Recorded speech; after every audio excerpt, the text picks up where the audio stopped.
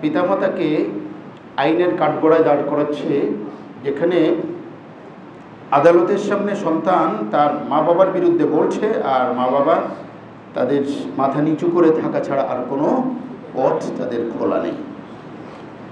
হয়তো এই জায়গায় দাঁড়িয়ে অনেকেই হয়তো এই মেয়েটাকে হয়তো দোষ দিবে, বলবে যে যত আদব কাজে শিখে নাই, বা মেয়েটা ইংলিশ মিডিয়ামে পড়ে, অনেকে না বুঝে ইংলিশ মিডিয়ামের দোষ দিয়ে ফেলাইব।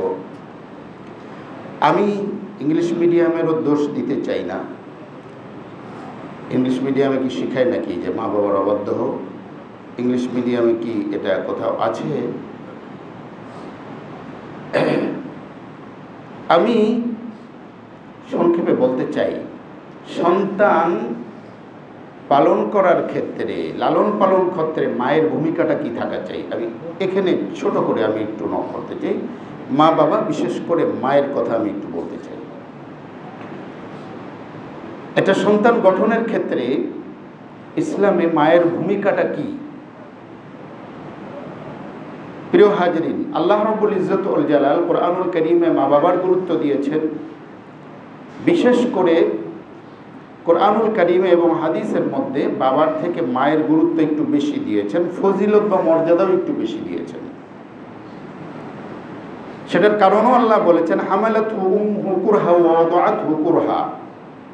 হামালাতহু উম্মুহু কুরহা, মা যখন গর্ভ ধারণ করে তখন কষ্টের সাথে ধারণ করে।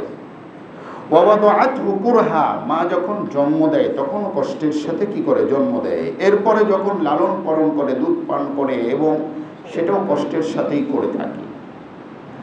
এই জন্য এক সাহাবী আল্লাহ নবী সাল্লাল্লাহু আলাইহি সাল্লামের খেদমতে হাজির হয়ে জিজ্ঞাসা করলেন কিছু মায়ের বা বাবার ক্ষেত্রে জান্নাতে যাওয়ার উপায় যখন জিজ্ঞাসা করলেন, নাসাই শরীফের মধ্যে এসেছে, সুনানে নাসাই ঠিক 3109 নম্বর হাদিসের মধ্যে এসেছে।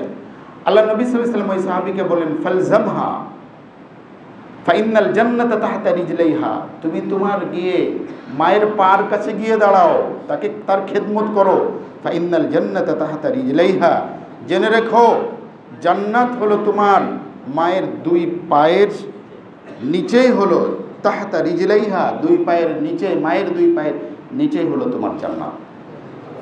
তাহলে ইসলাম তো মায়ের এত গুরুত্ব, এত ফজিলতের কথা বলেছেন। এখন কথা হলো,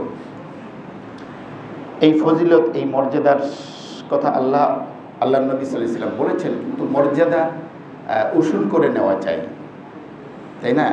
একজন ইমানদারের মর্যাদার কথা আসছে না? এখন আমাদেরকে তো সত্যিকার ইমানদার হওয়া কর্তব্য। আমি ইমানদারই যদি না হতে পারি, শুধু দাবি করলেই কি হবে নাকি? হ্যাঁ প্রিয় হাজিরিন, তাহলে বোঝা গেল মা পায়ের নিচে সন্তানের বেহেশত, মায়ের মর্যাদা অনেক বেশি, তবে তাকে কি করতে হবে? মা হতে হবে। প্রশ্ন হলো, শুধু কি জন্ম দিলেই মা বাবা হওয়া যায়? না, শুধু জন্ম দিলেই ওই অর্থে মা বাবা হওয়া যায় না। দেখেন, জন্ম তো গরু ছাগলেও দেয়, শিয়াল কুকুরেও দেয়, পশু পাখিতেও দেয়, দেয় কি দেয় না? কিন্তু পশু পাখির ক্ষেত্রে তো মায়ের ওই মর্যাদার কথা বলা হয় নাই। বনি ইনসান, মানুষের মায়ের কথা বলা হয়েছে, ঠিক কিনা? তাহলে বোঝা গেল পশু পাখির মধ্যে যারা জন্ম দেয়, গর্ভধারণ করে, তাদের থেকে মানুষের মা যারা আছেন তাদের কি আছে? ব্যতিক্রমী কিছু কার্যকলাপ আছে। দেখেন, ছোট একটা মুরগির বাচ্চা, সেখানে মা তাকে কি করে? যত্নের সাথে আগলে রাখে। ছোটবেলায় আমরা দেখেছি, যখন চিল বলে আমাদের দিয়ে, চিল যখন পড়ে, তখন মা কি করে? সকল বাচ্চাগুলোকে একেবারে দুই ডানার নিচে কি করে? আঁকড়ে রাখে। কথা ঠিক না? বলছি। তাহলে শুধু মা হওয়ার ক্ষেত্রে, জন্ম শুধু দেওয়ার ক্ষেত্রে আপনি কেন, আপনি মানুষ কেন, পশু পাখি জীবজন্তু অতটুকু কি রাখে? আগলে রাখে কি রাখে না? গরুর বাচ্চা, গরু গাই তার বাচ্চারে দুধ খাওয়ায় না? মানুষেও তো খায়। তাহলে এই গরুর বাচ্চার ক্ষেত্রে কি বলা হয়েছে নাকি যে ওর পান নিচে, তার মার পান নিচে হলো জান্নাত? মানুষের। তাহলে বোঝা গেল গর্ভধারণ বা দুধ খাওয়ানো বা একটা নির্দিষ্ট সময় মানে তাকে জিসমানি শারীরিকভাবে তার সেফটি, এতটুক মায়ের দায়িত্ব নয়। তাহলে মায়ের কর্তব্যটা কি সন্তানের ক্ষেত্রে? কেন আজকে 2025 সালে এসে কেন একটা সন্তান তার পিতামাতাকে আদালতের কাঠগড়ায় কেন দাঁড় করাচ্ছে? এ দায় কি শুধুমাত্র সন্তানের? এই দায় কি শুধুমাত্র ওই মেয়েটার? তাই না? দায়টা কি পিতামাতার নাই, অভিভাবকের নাই? আমি সংক্ষেপে বলতে চাই প্রিয় হাজিরিন, আল্লাহ কুরআনুল কারীমে সূরা তাহরিমের 6ষ্ঠ আয়াতের মধ্যে বলেছেন, ইয়া আইয়ুহাল্লাযীনা আমানু কু আনফুসাকুম ওয়া আহলিকুম নারা, হে ঈমানদারগণ তোমরা নিজেদেরকে এবং তোমাদের পরিবারদেরকে জাহান্নামের আগুন থেকে রক্ষা করো। জাহান্নামের আগুন থেকে রক্ষা করো নিজেদেরকে, নিজের পরিবারদেরকে। পরিবারের মধ্যে স্ত্রী সন্তান অবশ্যই রয়েছে, পরিবারভুক্ত যারা রয়েছেন। এই আয়াতের মধ্যে আল্লাহ রাব্বুল ইজ্জতুল জালাল খুব সহজভাবেই আমাদেরকে জানিয়ে দিলেন, তোমাদের নিজেদের এবং নিজেদের পরিবারের প্রতি যত্ন রাখা, খেয়াল রাখা, তাদেরকে জাহান্নামের আগুন থেকে রক্ষা করা তোমাদের কি কর্তব্য। প্রিয় হাজিরিন, একজন মা কেন তার সন্তানকে লালন পালন করতে ব্যর্থ হচ্ছে বর্তমান? কেন মা হতে পারছে না? শুধু জন্মদাত্রী হচ্ছে, কেন মা হচ্ছে না?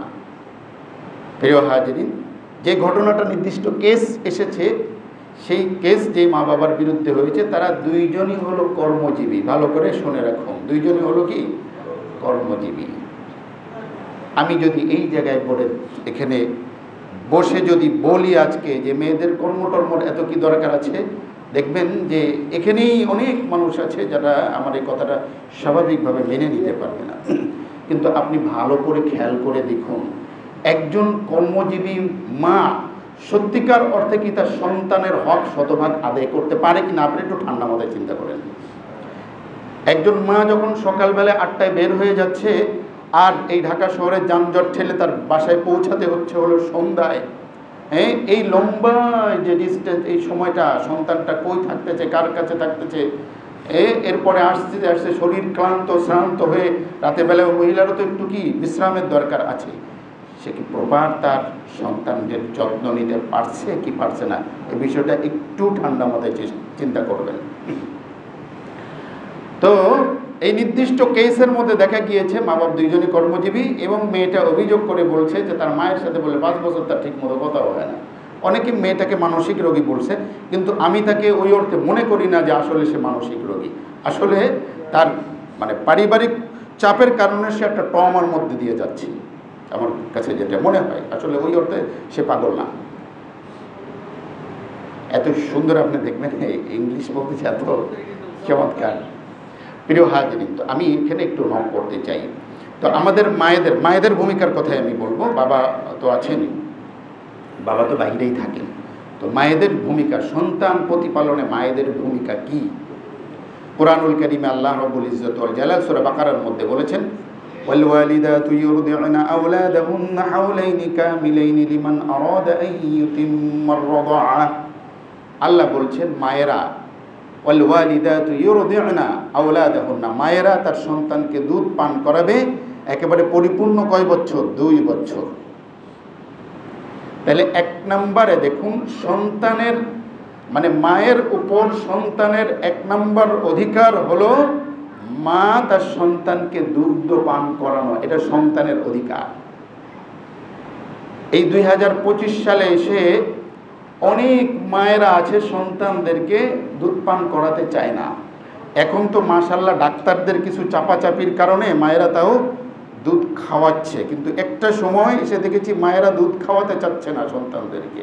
শারীরিক গঠন বা কাঠামো নষ্ট হয়ে যাবে, এই ভয়ে, এই আশঙ্কায় অনেক মায়েরা ঠিকমতো দুধ পান করা দেয়। কিন্তু আল্লাহ ওই সকল ডাক্তারদের উপর রহম করুক, তারা কি করতেছেন? অনবরত বলছেন মায়ের দুধের বিকল্প নাই, মায়ের দুধের বিকল্প নাই। এই কথাগুলো বারবার বলাতে একটু বোঝাতে পারছি। কিন্তু কুরআনুল কারীম কত আগে বলছেন, ওয়াল ওয়ালিদাতু ইউরদি'না আওলাদাহুন্না হাওলাইনি কামিলাইনি লিমান আরাদা আন ইউতিম্মার রাদাআ। প্রিয় হাজিরিন, একজন মায়ের দুধ সন্তানের জন্য শুধু খাবার নয়, বরং এর সাথে অনেক কিছুর সম্পর্ক। শুধু শারীরিক গ্রোথ না, এটার সাথে মানসিক গ্রোথ রয়েছে, এটা রুহানি বা আত্মার গ্রোথ রয়েছে এখানে। তো এক নাম্বার হলো আধুনিক যুগে এসে মারা যেখানে মনে করছে সন্তানকে দুধ পান করালে একটু শারীরিক নষ্ট হয়ে যাচ্ছে, এ কারণে তারা সন্তানের হক নষ্ট করছেন। বুঝাতে পারছি? এবার আসুন আবার সেই চলে যায় কর্মজীবী। ইসলামে নারীদের কর্ম করার সুযোগ আছে, ক্ষেত্র বিশেষ আছে, নাই সে কথা বলার সুযোগ নাই। তবে ইসলাম নারীদের ক্ষেত্রে বলেছেন, পুরুষদেরকে বলেছেন, দায়িত্ব দিয়েছেন, কর্তব্য দিয়েছেন, সেটা হলো তোমরা তোমাদের ঘরের মহিলাদের এই পরিমাণ দায়িত্ব পালন করবে, তাদের জন্য কর্মের জন্য তাদেরকে যেন বের না হতে হয়। বিষয়টা এভাবেই করুন। আল্লাহ পুরুষদেরকে জিম্মাদারি বা দায়িত্ব এভাবে অর্পণ করেছেন যে নারীদের ঘরের মধ্যে অনেক কাজকর্ম আছে, তাদের সন্তান সন্ততি লালন পালন করার ক্ষেত্রে অনেক কাজ, কম না। কাজেই তোমরা তাদের বাহিরের কাজকর্ম, তাদের আর্ন করা, রোজগার করা, এই দায়িত্ব থেকে তাদের মুক্তি দাও। মুক্তি দেওয়ার কথা আসছে। দেখেন, একটা করা যাবে না সেটা না, কিন্তু পুরুষদের ঘাড়ে দায়িত্ব চাপাই দিয়ে আল্লাহ রব্বুল ইজ্জত ওয়াল জালাল নারীদেরকে মুক্তি দিয়েছেন। এটা কি বেইনসাফি করছেন না অধিকার হরণ করেছে? বলেন না আমার কাছে। অধিকার হরণ করছে? দায়িত্ব থেকে মুক্তি দিয়ে কি অধিকার হরণ করেছে? প্রিয় হাজিরিন, একজন কর্মজীবী মা সে কয় বছর ছুটি পায় মাতৃত্বকালীন? 6 মাস। তাহলে 6 মাসের পরে কি আর বাচ্চার দুধ খাওয়াইতে হয় না? কোরআনে কারীম বলতেছে 2 বছর খাওয়াতে। তাহলে বোঝা গেল 2 বছর পর্যন্ত তার হক। তাহলে 6 মাসের পরে আর দুধ খাওয়ানো লাগে না, লালন পালন করতে হয় না তার। এখন 6 মাস মাতৃত্বকালীন ছুটি পাওয়ার পরে যে আরও যেই 1.5 বছর সময় আছে, এই সময় বাচ্চাটা তো আর সাথে নিয়ে অফিস করা সম্ভব না, কাজ করা সম্ভব না। এই সময়টা অন্য কারোর কাছে রেখে যেতে হয়। এই যে লম্বা ডিস্টেন্স, এই সময় বাচ্চা তো তাহলে দুধ তো খাওয়াতে পারছে না। বাচ্চারা একটু পরপর খায়, ঠিক না? একটু পরপর খায়। তাহলে এই কিন্তু গ্যাপটা দেখেন, এটা একটা গ্যাপ তৈরি হলো না? তো এটা দুধ শুধু খাওয়ানো না, এখান থেকে যার কাছে রেখে দেওয়া যাচ্ছে তার কালচার শিখতেছে, সে যা শেখাচ্ছে সেটা শিখতেছে। তো কাজের বুয়ার কাছে রেখে যাচ্ছে, অথবা অন্য কারোর কাছে রেখে যাচ্ছে, তাই না কথা? অথবা যদি ওই মহিলার শাশুড়ি থাকে অথবা কি থাকে, মা থাকে তার কাছে। শাশুড়ি বা মা তো বয়স হয়ে গিয়েছে, মেজাজ খিটখিটে হয়ে গিয়েছে, ভালো করে বুঝেন।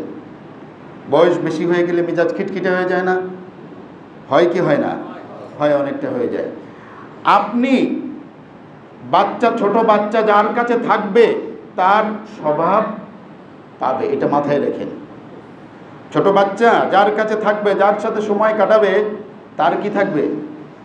এই জন্য একজন মানুষ বলেছিলেন, একজন জ্ঞানী মানুষ বলেছিলেন, তুমি তোমার সন্তানের শিক্ষক হতে যেও না, তুমি তোমার সন্তানের জন্য অনুকরণীয় হও। পার্থক্য আছে। যেমন আমরা আমার সন্তানদেরকে এটা করিস না কেন, ওইটা করিস না কেন, এটা মানে টিচার হলো যেমন কি করে সবসময় নির্দেশনা দেয়, এটা করো, ওইটা করো, এটা করো। তুমি ঘরের মধ্যে তোমার সন্তানের জন্য টিচার হতে যেও না, অনুকরণীয় হও। অর্থাৎ তুমি করো যেটা, সেটা দেখে দেখে তোমার সন্তান শিখবে। শুধু অর্ডার করো না, বরং তুমি করো, সন্তান তোমার কি করো, ফলো করবে। প্রিয় হাজিরিন, তো আমি বলছিলাম এই মায়ের করণীয় 1 নম্বর হলো তাকে যে নির্দিষ্ট মেয়াদ আছে এই মেয়াদ পর্যন্ত দুধ পান করানো। এটা হলো তার কি মায়ের উপর অবধারিত কর্তব্য। যদি ঠিক মতো না হয়, গ্যাপটা এখান থেকে কি হয়ে যাবে, তৈরি হয়ে যাবে। এরপরে আসুন, এই যে নির্দিষ্ট সময় যে লালন পালন তারবিয়াত করবে, ওলামায়ে কেরাম বলেছেন এই সময়টা মায়েদের অত্যন্ত কেয়ারফুলি এবং যত্নবান থাকা উচিত। পরিষ্কার পরিচ্ছন্নতার ক্ষেত্রে, তারপরে অজু তহরা ইত্যাদির ক্ষেত্রে অত্যন্ত যত্নবান হওয়া চাই। আমাদের উপমহাদেশের একজন প্রখ্যাত আল্লাহওয়ালা, যাকে আমরা চিনি, আজমির শরীফে যিনি শুয়ে আছেন, খাজা মঈনুদ্দিন চিশতি রহমতুল্লাহি আলাইহি, যিনি অত্যন্ত বড় মাপের আল্লাহওয়ালা মানুষ ছিলেন। অস্বীকার করার সুযোগ নেই। হাজার হাজার মানুষকে তিনি ইসলাম এবং কালেমার দীক্ষা দিয়েছেন। অনেক মানুষ এই উপমহাদেশে তার হাতে হাত রেখে বায়াত হয়ে কি হয়েছেন, মুসলমান হয়েছেন। ওনার জীবনীতে লেখা আছে, হিস্ট্রিতে লেখা আছে, ওনার মা যখন তাকে লালন পালন করেছেন, যখন তাকে দুধ খাইয়েছেন, তখন অজুবিহীন কখনো দুধ খাওয়ান নাই। যতবার দুধ পান করিয়েছেন ততবার অজুর সাথে দুধ পান করিয়েছেন। এগুলোর ইফেক্ট আছে, আপনি এখন বুঝতে পারবেন না, পরে বুঝবেন। এই যে সন্তানটা 17, 18 বছর, 19 বছর, 20 বছরের ছেলেবেলা আপনার বিরুদ্ধে গিয়ে কোর্টে দাঁড়াচ্ছে, ওটা দায় তার না, তার 5% দায় থাকলে 95% দায় তার পিতা মাতার। আপনি এখন বুঝতে পারতেছেন না, তো বড় হয়েই যাচ্ছে। হ্যাঁ, এ বড় হচ্ছে, শারীরিকভাবে তো বড় হচ্ছে, কিন্তু মানসিকভাবে, আত্মিকভাবে সে বড় হচ্ছে না। আত্মার দিক দিয়ে মানসিকভাবে তার কি হচ্ছে না, গ্রোথ হচ্ছে না, তার আত্মা বা রুহানি খোরাক সে পাচ্ছে না, সে পিছনে পড়ে যাচ্ছে। এক সময় এই সন্তান আপনার জন্য কি হয়ে দাঁড়াতে পারে, আপনার ধ্বংসের পথ হয়ে দাঁড়াতে পারে। আর তার জলজন্ত প্রমাণ আমরা গত কয়েক বছর আগে এক পুলিশ অফিসার, যেটা খুব এরকম ঘটনা ঘটতেছে অনেক, কিন্তু পুলিশ অফিসারের মেয়ে তাকে কি করেছে, মা বাবা দুইজনকেই হত্যা করে ফেলেছে, তাই না? এক নম্বর। দ্বিতীয় নম্বর হলো, সন্তান ভালো বানানোর আগেই, আপনি সন্তানকে তো ভালো বানাতে চান, ঠিক না? একজন চোরও চায় তার সন্তানটা যেন ভালো হয়, একজন মদখোর চায় তার সন্তানটা ভালো হোক, তাই না? প্রত্যেকটা মা বাবা কিন্তু সে যেই হোক না কেন চায় তার সন্তান যেন কি হয়, ভালো হয়, আদর্শবান হয়, ঠিক কিনা? এখন প্রশ্ন হলো, সন্তান আদর্শবান হওয়ার আগে আগে আপনি নিজে আগে আদর্শবান হন। মনে রাখা উচিত, আম গাছেই আম ধরে, কাঁঠাল গাছেই কাঁঠাল ধরে, তাই না? মানে আম গাছ নয় এমন জায়গায় আম ধরে না। আমরা ছোটোবেলায় শুনে এসেছি, আমাদের কচা গাছেই ধরে না, নারকেল গাছে নারকেল ধরে। তা আপনি যদি আদর্শবান সন্তানের পিতা বা মাতা হতে চান, তাহলে অবশ্যই আপনি বিগত সময়ে যা করেছেন, ভুল করেছেন, মানুষ ভুল করে থাকে, তওবা করলে আল্লাহ ক্ষমা করে দেন। বিগত সময়ে যা করেছেন, আপনি যখন মা হচ্ছেন, আপনি যখন পিতা হচ্ছেন, তখন আপনার চিন্তা করা উচিত যে আমার সন্তান যদি ভালো হয়, যদি ভালো রাখতে চাই, সে যদি ভালো হয়, ভালো বানাতে চাই, তাহলে প্রথমে আমাকে কি করতে হবে, আদর্শবান হতে হবে, আমাকে আখলাকওয়ালা হতে হবে, আমাকে হালালের পথে চলতে হবে, হারাম থেকে বর্জন করে চলতে হবে, নিজে ভালো হওয়া চাই।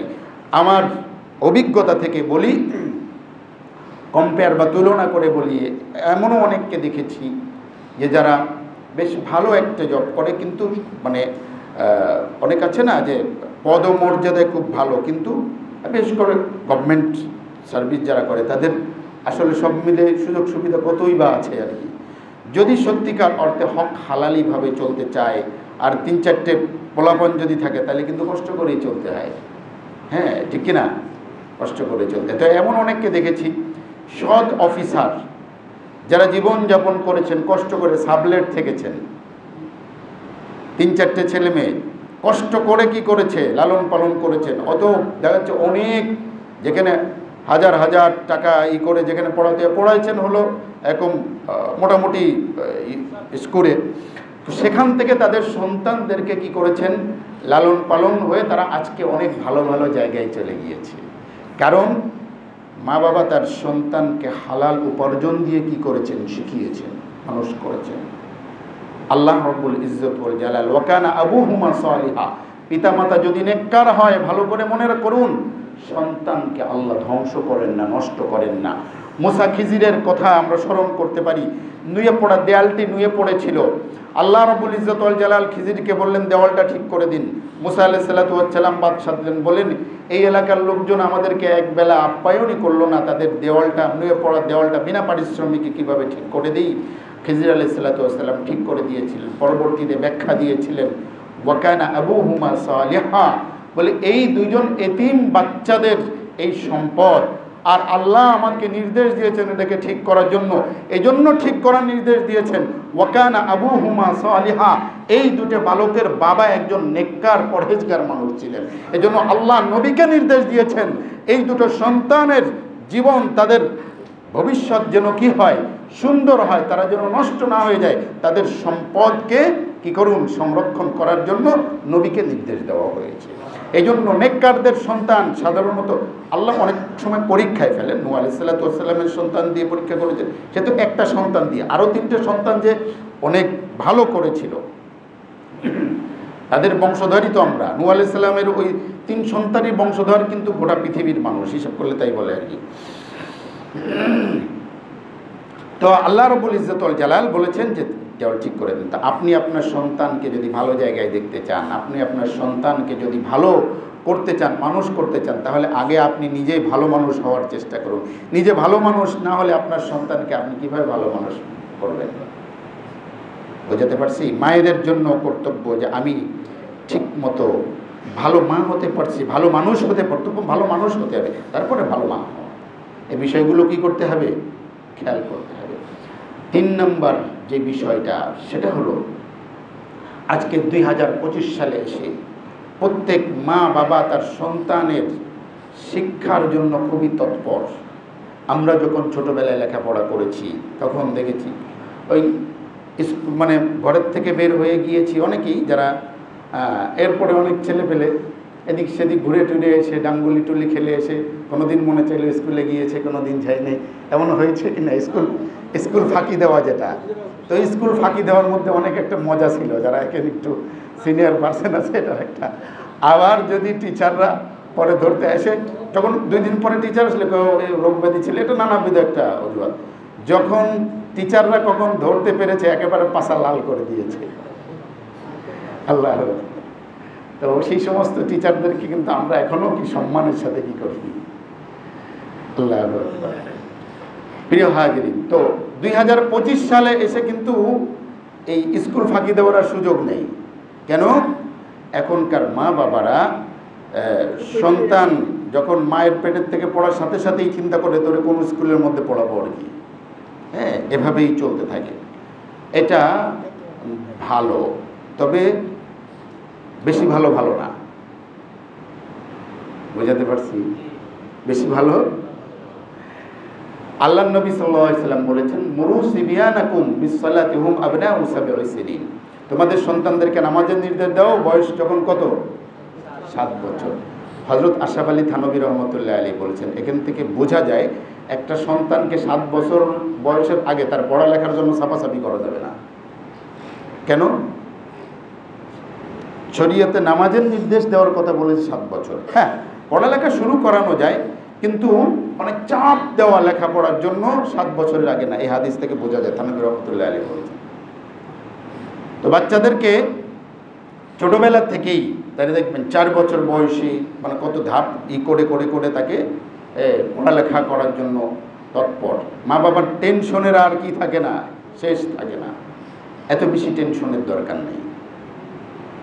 প্রিয় হাজিরিন, এরপরে যেটা হয়, এদেরকে ধাপে ধাপে পড়ানোর, এরপরে যে ম্যাট্রিক পরীক্ষা হয়ে গেল, রেজাল্ট দিয়ে দিয়েছে, এরপরে কোন স্কুলে পড়বে, কোত্থেকেই হবে, এসএসসিতে ভালো করতে হবে, এসএসসি ভালো হওয়ার পর ভালো একটা কলেজে, তারপরে এসএসসিতে ভালো হলে এরপরে মেডিকেলে চান্স পেতে হবে, তোমাকে বুয়েটে যেতে হবে, ভার্সিটিতে, এইগুলা চলতে থাকে। শিক্ষার এটা ভালো প্রসেস চলতে থাকে।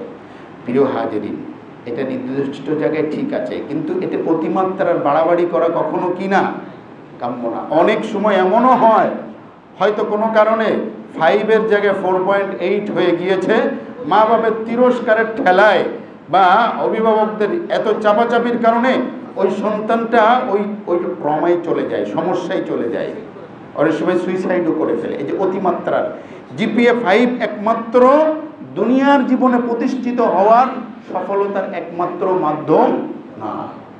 অনেক জিপিএ 5 ধারী অনেকেই রয়েছেন যারা এমন কোনো কোম্পানিতে চাকরি করতেছেন যেই কোম্পানির মালিক টিপ সই দিতে পারে ঠিক মতো, তার মানে নামটা কি করতে পারে না।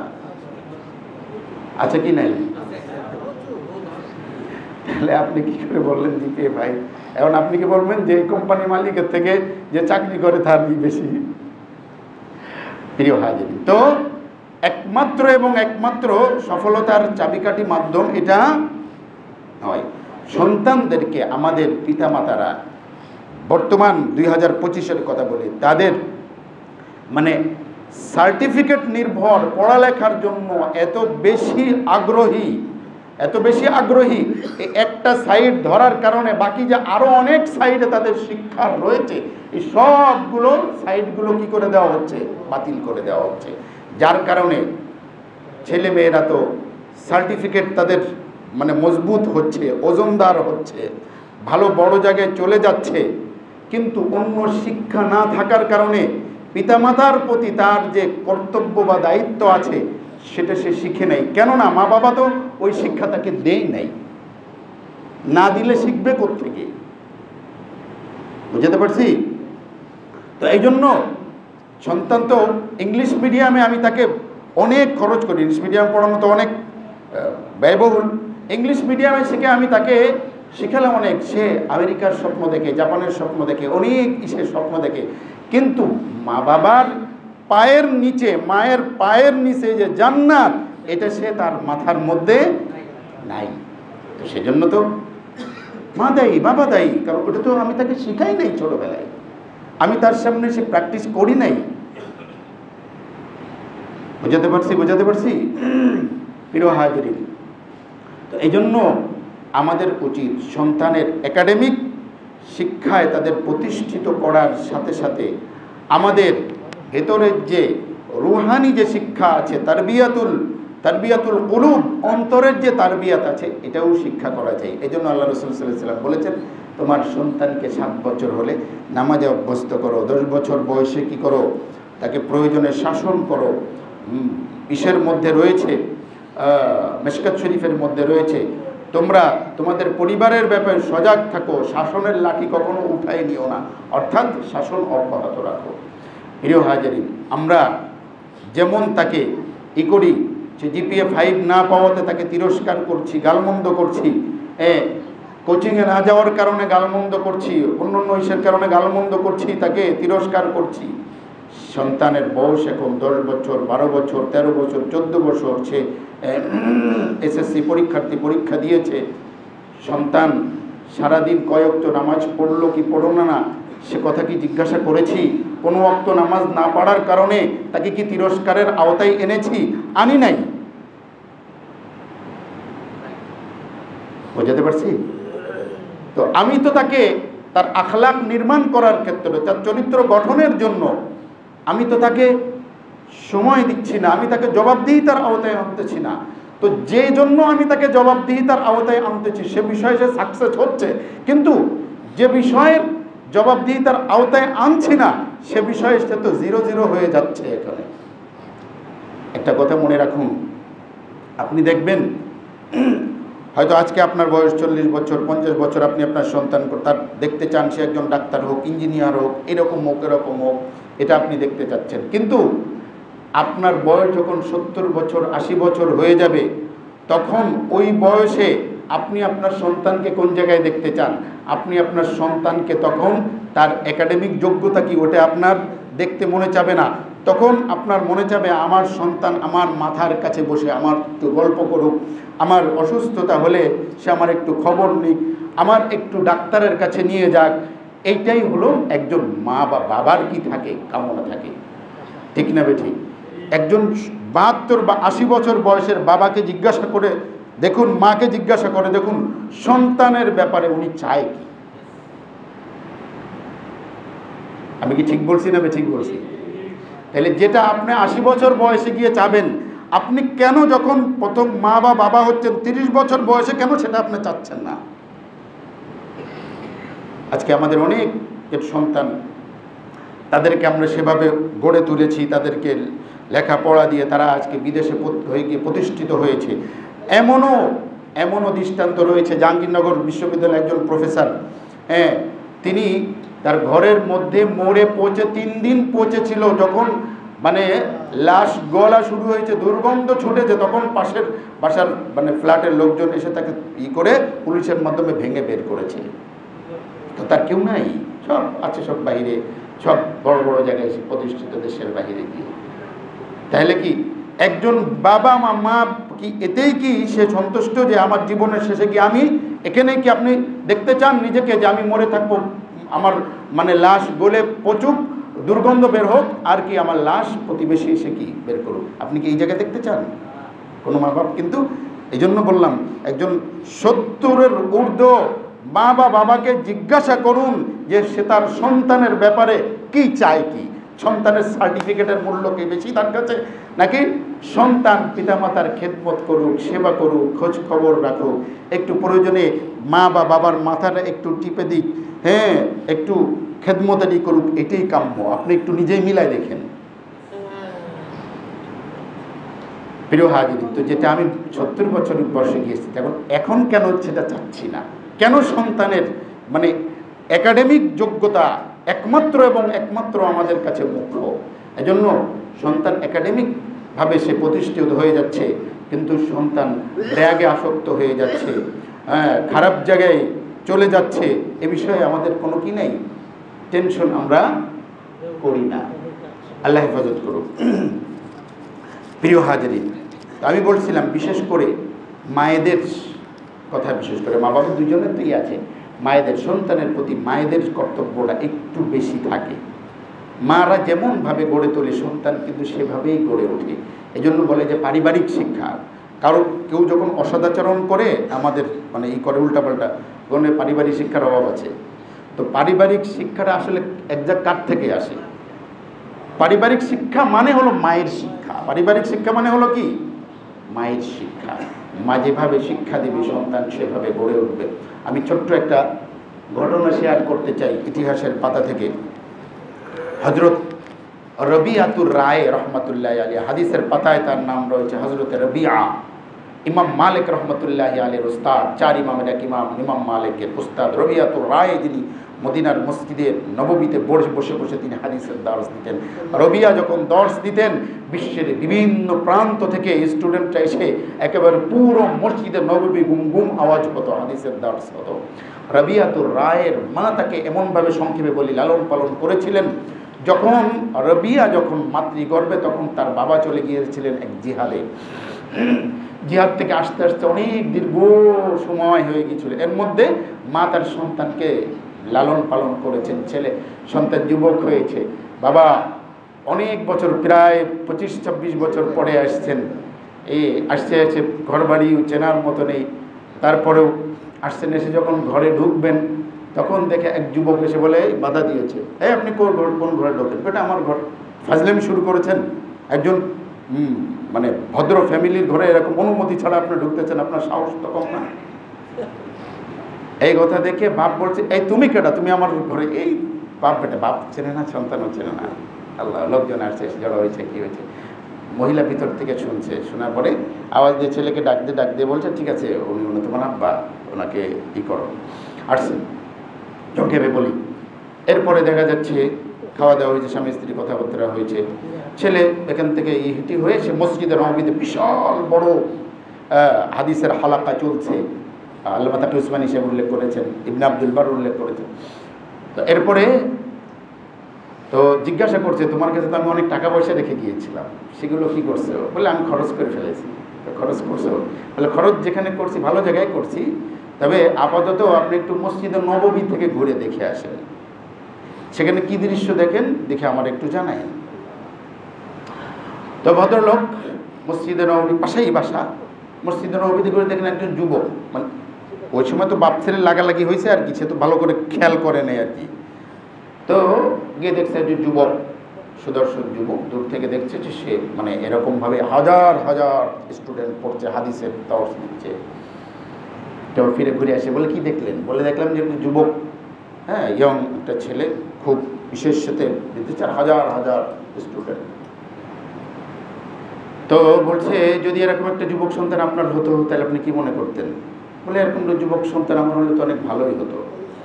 তো আপনি ধরেন, আপনি যে অর্থগুলো রেখে গিয়েছেন, যদি ওই পুরো অর্থটা যদি এমন একটা সন্তান গড়ন করার ক্ষেত্রে আমি যদি ব্যয় করে থাকি, তাহলে কি আমার কোনো ভুল আছে?